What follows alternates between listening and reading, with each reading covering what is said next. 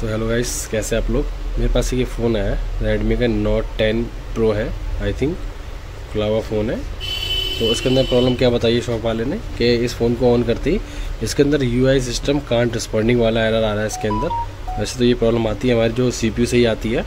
तो अभी इसके अंदर हम चेक करते हैं, इसको ऑन होने देते हैं। और इसमें ऑन होते ही शायद वो कह रहा है कि रिस्पॉन्डिंग वाली जो हमारी एरर है वो आ रही है। वैसे तो गाइस मेरे पास जितने भी फ़ोन आए हैं वो आते हैं क्या कहते हैं कि या तो कैमरा वर्क नहीं करता या रिंगर वर्क नहीं करता, ये फ़ोन सीधा डेड ही आता है। बट ये वाला जो है मेरे पास आया है कांट रिस्पॉन्डिंग में। तो इसका भी तो मैं वैसे CPU ही रिवॉल्व करूँगा और CPU रिवॉल्विंग के बाद देखते हैं कि जो हमारा वो एरर है वो जाता है या नहीं जाता है। अब इसको ऑन होने देते हैं एक बार। हमारा सेकंड लोगो आ चुका है, नीचे डॉट चल रहे हैं हमारे। तो देखते हैं, ये इस पर स्टक हो गया है।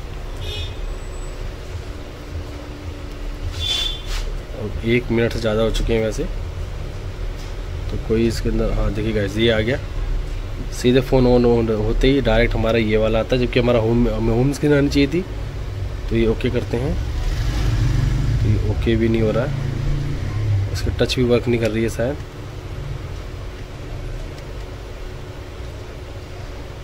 सेंसर तो वर्क कर रहा है, इसकी ब्राइटनेस बढ़ चुकी है ऑटोमेटिक। इसकी जो स्टाइल है वो भी थोड़ी सी दबी हुई है, यहाँ से देख सकते हैं आप। ये तो ड्रॉप डाउन भी केस हो सकता है, बट क्या है इसके अंदर कोई भी रिस्पॉन्स नहीं है। ये हमारे UI पे ही स्टक हो गया है, ना वेट पे क्लिक हो रहा है ना ओके पे क्लिक हो रहा है। और मैं आपको इसका जो है वो मदरबोर्ड दिखाता हूँ, क्योंकि मेरे पास तो जितने भी शॉप ओनर है वो फ़ोन खोल के ही लाते हैं। तो इसकी कंडीशन देखते हैं बैक साइड से। तो ये बैक साइड से भी ओके ही है, बाकी एक बार इसका देख लेते हैं, इसकी स्टील हटा के।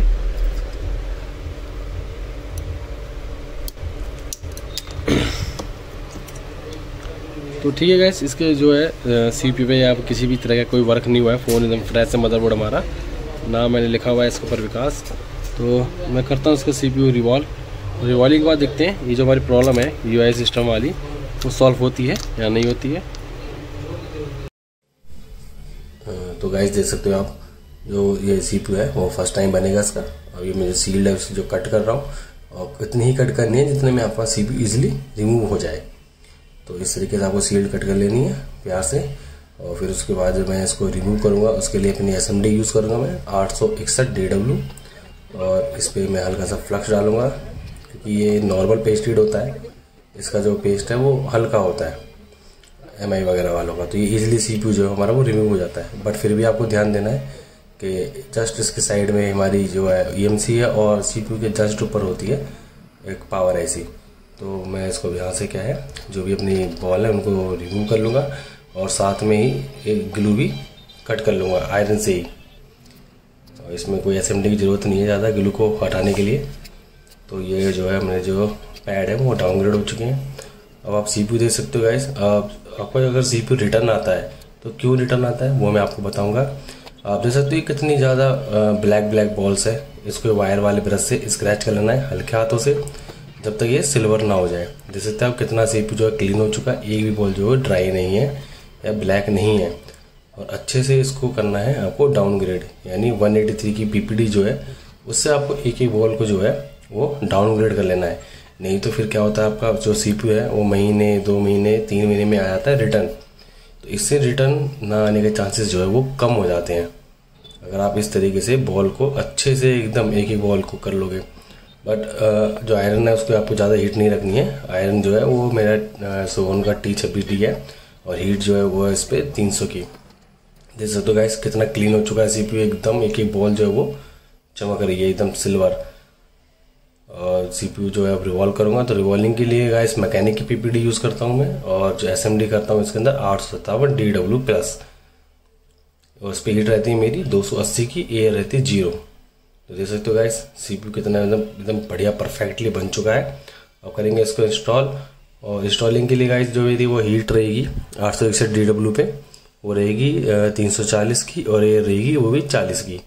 देख सकते गाइस CPU के ऊपर मैंने जो पावर IC है, इसलिए थोड़ा सा ध्यान से बस काम किया जाता है। तो CPU जो है वो इंस्टॉल हो गया है। अब इंस्टॉलिंग के बाद हम चेक करेंगे जैसे प्रॉब्लम थी वो सॉल्व होती है या नहीं।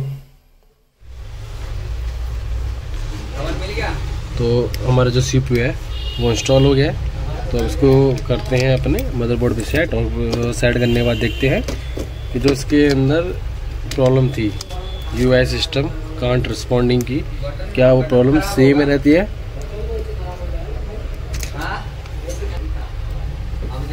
अब इसको करते हैं, और ये जिस शॉप से आया है वो भाई करते हैं सॉफ्टवेयर काम, तो उन्होंने सॉफ्टवेयर तो करके देख ही लिया है, तो सॉफ्टवेयर से वो प्रॉब्लम सॉल्व नहीं हुई है। हो जाओ ऑन भाई, मर गया क्या?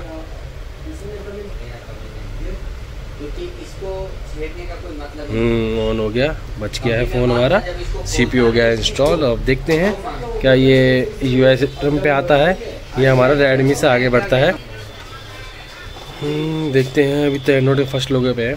वैसे भी यार ये फ़ोन कमाल ही है, कभी फ्रंट कैमरा प्रॉब्लम, कभी इसके अंदर रिंगर प्रॉब्लम, कभी फ्रंट कैमरे के साथ रिंगर बन जाता है, कभी नो सिम कार्ड प्रॉब्लम इसके अंदर। मतलब कुल मिला के कमाई का घर है ये phone. MI Note 10, Note 10S, Note 10 Pro। Yo guys, phone हमारा जो ऑन हो चुका है। मैं कहा था ना ये एक सॉफ्टवेयर वाले का फ़ोन है, उसने पहले सॉफ्टवेयर करके देख लिया है इसके ऊपर।